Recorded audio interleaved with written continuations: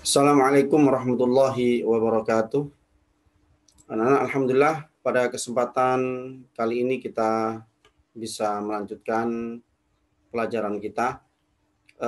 Langsung saja anak-anak, silahkan kalian buka bab yang kelima tentang kisah Nabi Ilyas. Tentang kisah Nabi Ilyas. Seperti biasa, Ustadz minta pada kalian untuk sebelum kalian membahas atau sebelum menonton video pembelajaran ini, Ustadz minta pada kalian untuk membaca terlebih dahulu. Cukup insya Allah 5 menit sudah cukup. Oke anak-anak, mari kita bahas bersama-sama.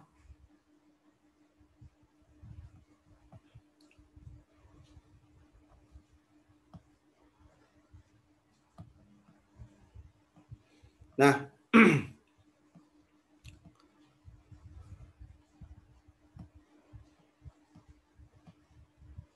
Rasulullah idolaku, kisah teladan Nabi Ilyas alaihi salam. Oke anak-anak. Seperti yang sudah Ustadz jelaskan pada pertemuan yang lalu, bahwasanya Rasul Allah itu adalah utusan Allah yang harus kita idolakan, harus kita teladani perjalanan hidupnya, kisah kehidupan beliau. Nah, kali ini kita akan membahas tentang kisah teladan Nabi Ilyas alaihissalam. Nah, siapa Nabi Ilyas itu? Keturunan Nabi Ilyas. Nabi Ilyas adalah keturunan keempat dari Nabi Harun.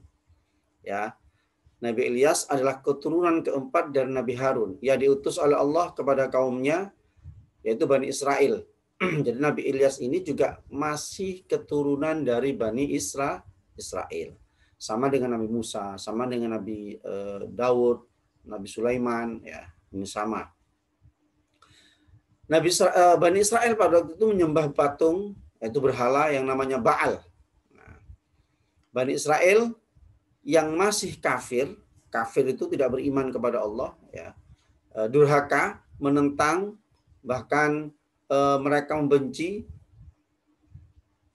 Nabi Ilyas, bahkan ingin membunuh Nabi Ilyas. Maka anak-anak, agar selamat dari kejaran orang-orang kafir, orang-orang Bani Israel yang masih kafir itu, Nabi Ilyas bersembunyi dalam gua selama 10 tahun. Masya Allah. Bayangkan anak-anak, bersembunyi selama 10 tahun di dalam gua.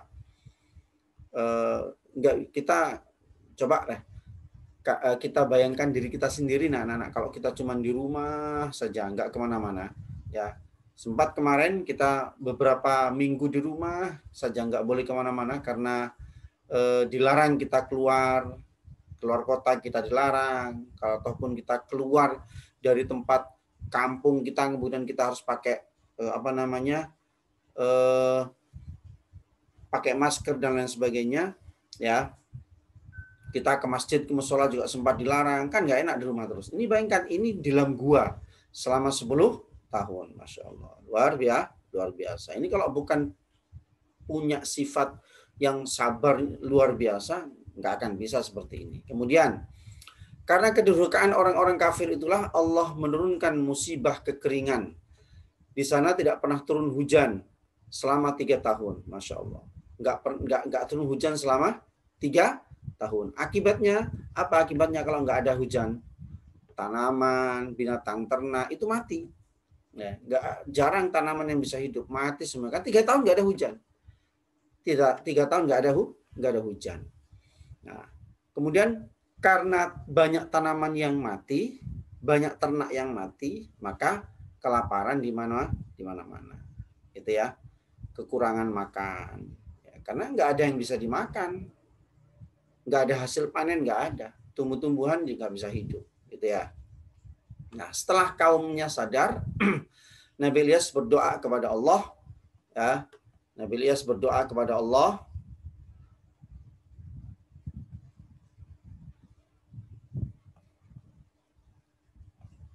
Bentar ya, anak.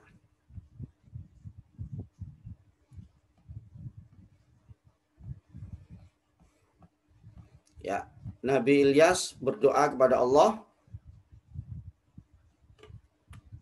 Apa doanya?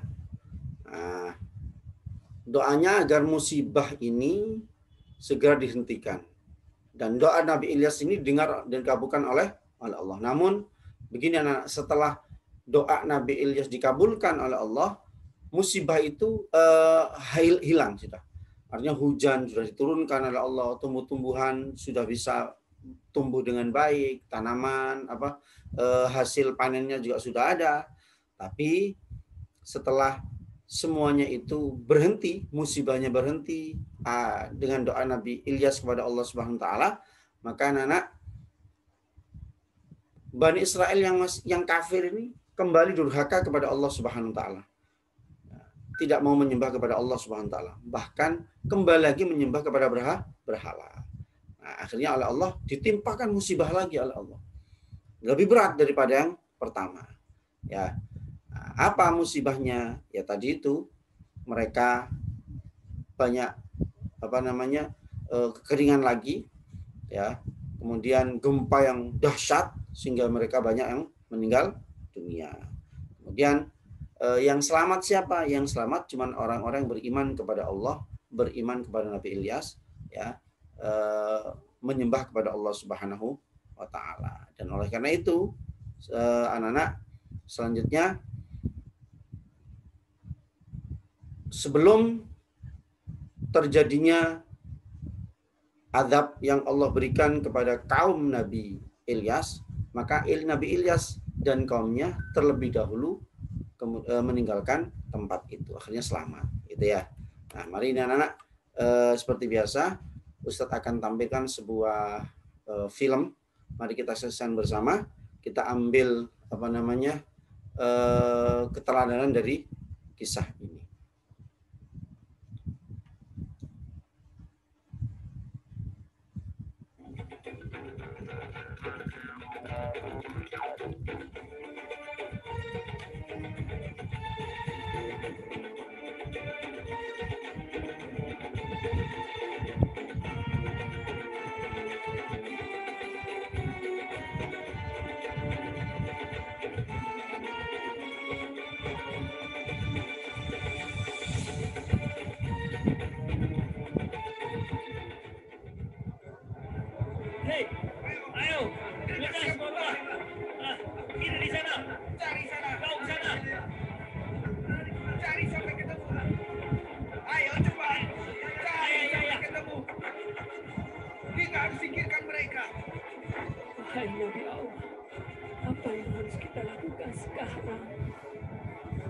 Bersabarlah saudara, kita harus mencari tempat persembunyian yang baru. Mereka terus-menerus menggeledah setiap rumah penduduk. Kita akan terus diburu seperti tikus. Kita harus memohon kepada Allah, Allah yang Maha Kuasa, untuk melindungi kita dan kaumku. Kita bergerak sekarang, wahai Nabi. Tapi setelah mereka pergi, geledah rumah itu.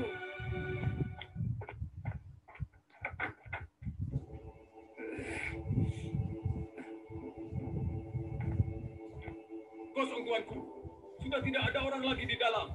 Tidak mungkin. Kemana mereka pergi? Semua tempat sudah kita periksa. Cepat cari lagi. Ayo. wahai Nabi, mereka kembali meneruskan pencarian. Ya, benar. Mereka menunggu datangnya malam untuk membunuhku. Mereka akan melabui dengan cara-cara yang tidak benar.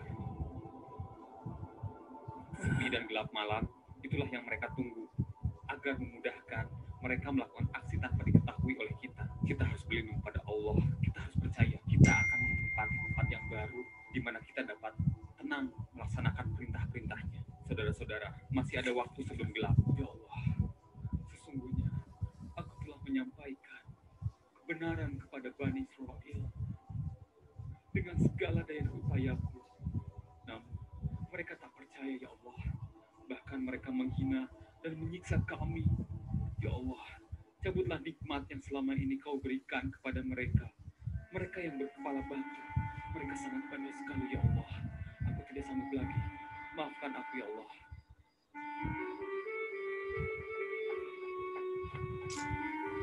Gara-gara Ilyas, kini kita kelaparan dan daerah kita kekeringan. Tapi mungkin Ilyas benar. Ini adalah hukuman dari Allah. Hei, kau sudah tidak mempercayai Baal, Tuhan kita. Tuhan kita yang telah memberikan kemakmuran pada kita. Tetapi mengapa Baal menghukum kita di negeri kenyang ini? Bukankah selama ini kita telah memenuhi kebutuhan Baal? Kita tidak pernah lupa melakukan persembahan. Hei, kau sudah termakan dengan omongan si Elias. Ayo, cepat, kau bertobat sebelum Baal akan menghukum kita. Nah, cepat. Cepat. Tenang.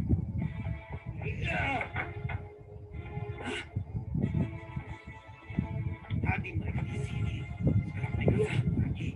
Mana mereka? Apa itu?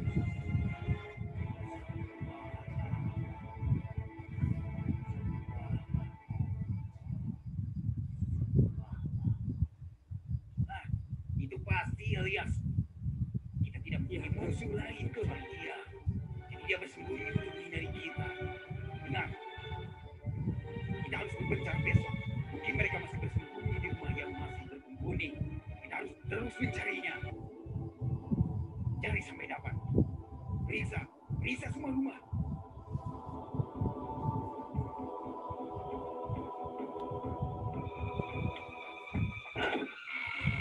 Kosong. Lagi-lagi tulisan itu kurang ajar, Ilyas. Assalamualaikum.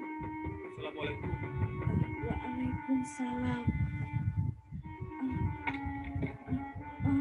Bukankah kau utusan Allah itu? Ayo cepat masuk. Alhamdulillah. Terima kasih. Ibu berkenan menolong kami semua, Ibu. Kami telah dikejar oleh orang-orang yang kafir itu. Tenang. Anda pasti Ilyas, utusan Allah itu. Ya, jangan takut. Sebenarnya saya termasuk orang yang mendukung Anda. Ya, tetapi Suara siapakah itu, Ibu? Siapakah itu? dia anakku. Tampaknya anak Ibu sakit parah. Sakit apakah dia, Ibu? Oh, sangat parah, Tuhan. Sudah bertahun-tahun. Bila saya menemuinya, Ibu, saya hanya ingin sekedar menjenguk atau melihatnya saja. Dia pasti akan senang, Tuanku. Mari ku antar Tuan.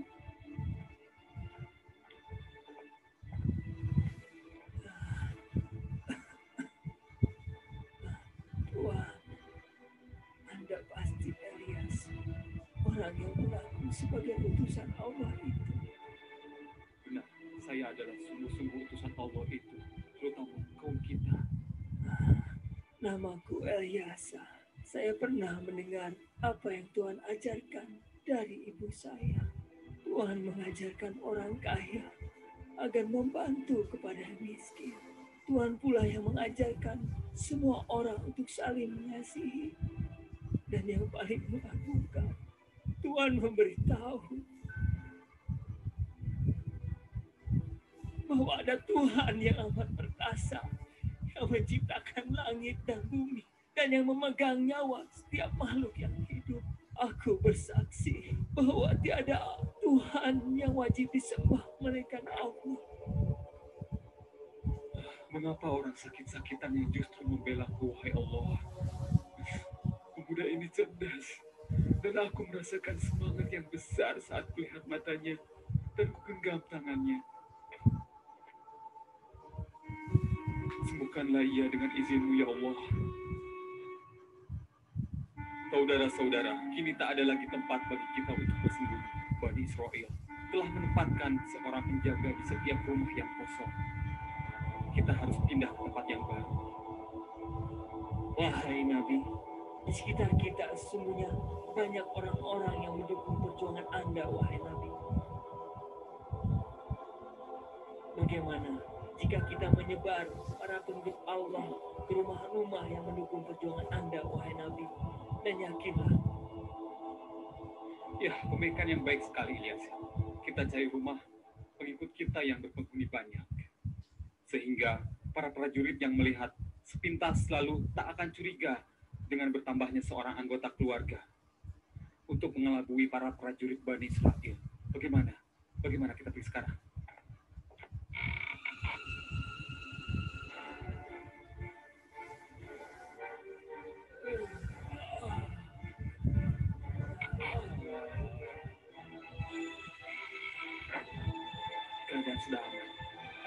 keluar satu persatu. Pelan-pelan. Mari. Hati-hatilah, Eko duluan. Assalamualaikum ya Nabi.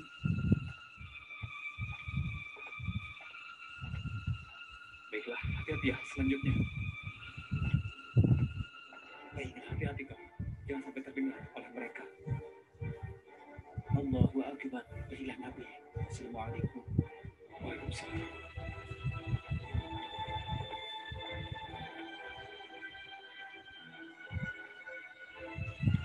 Kalian, ini, Ya tuanku, siap. apakah kalian sudah melihat Ilyas dan ibunya? Lihat? Lihatkah kalian? Aduh Tuan, kami sudah berjaga seharian, tapi tidak ada satupun dari mereka yang terlihat Tuan. Kami pun sudah sangat kelelahan Tuan. Maafkan kami Tuan. Maafkan kami. Ah, mana perginya mereka itu? Mungkin mereka sudah pergi dari sini. Hei, kalian tinggalkan tempat kalian berjaga. Tidak ada gunanya kalian menjaga mereka. Mereka sudah pergi. Tahukah kalian? Mereka sudah pergi.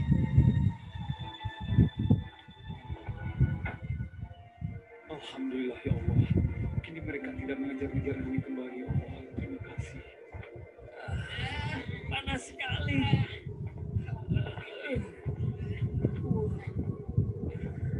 Panas sekali, kemarau ini sungguh panjang. Aku haus sekali.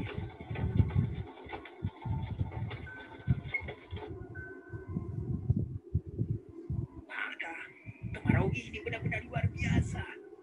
Lihat sekarang, kita tidak memiliki air lagi.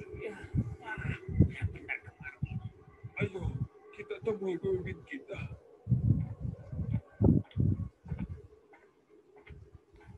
Tuanku, sekarang apa lagi yang harus kami lakukan? Utusan Allah itu tidak berhasil kita tangkap. Sekarang malahan bencana kekeringan melanda kita. Aku sudah muak. Kita sudah tidak punya persediaan air dan makanan lagi. Apa yang harus kita lakukan, Tuanku? Sementara tanah kering tidak bisa ditanami.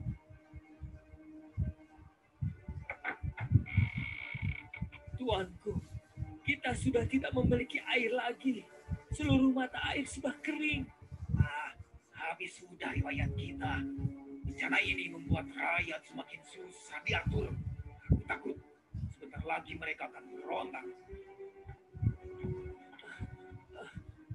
Di jalanan, rakyat banyak berkumpul, Tuan. Mereka akan memberontak pada kita, Tuan. Saudara-saudaraku, kalau kalian mau bertobat, maka Allah akan segera menghalau segala bencana yang terjadi di negeri ini. Maka bertobatlah kalian. Allah Maha Pengampun. Segeralah bertobat dan kembali menyembah Allah. Allah yang Maha Kuasa. Allah akan menghilangkan segala bencana kekeringan. Allahu Akbar. Ya Allah, mereka mau bertobat. Berilah mereka ampunan bagi kami, ya Allah. Alhamdulillah. Hujan. Alhamdulillah hujan. Alhamdulillah ya Allah. Kini semua akan berubah. Mereka akan kembali ke jalanmu ya Allah. Mereka tidak akan menyembah Tuhanmu. Nah, Ilyasa, teruskanlah perjuangan suci ini agar mereka tidak kembali sesat. Insya Allah, saya akan berjuang dengan segenap jiwa dan raga saya dalam meneruskan perjuangan suci ini, wahai Nabi, dalam menegakkan agama Allah.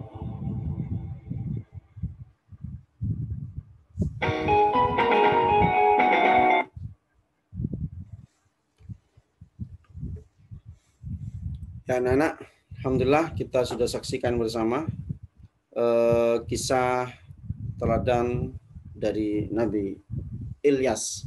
Semoga kita bisa meneladani, mengamalkan apa yang sudah kita pelajari bersama. Maka yang bisa kita ambil pelajaran adalah tetap kita menyembah kepada Allah, beribadah kepada Allah, tidak durhaka dan tidak berbuat dosa daripada Allah Subhanahu wa taala. Anak-anak, selanjutnya ini ada tugas buat kalian ya, seperti biasa kalian kerjakan untuk latihan kalian dan nanti bisa dikirim di classroom. Sekian, terima kasih.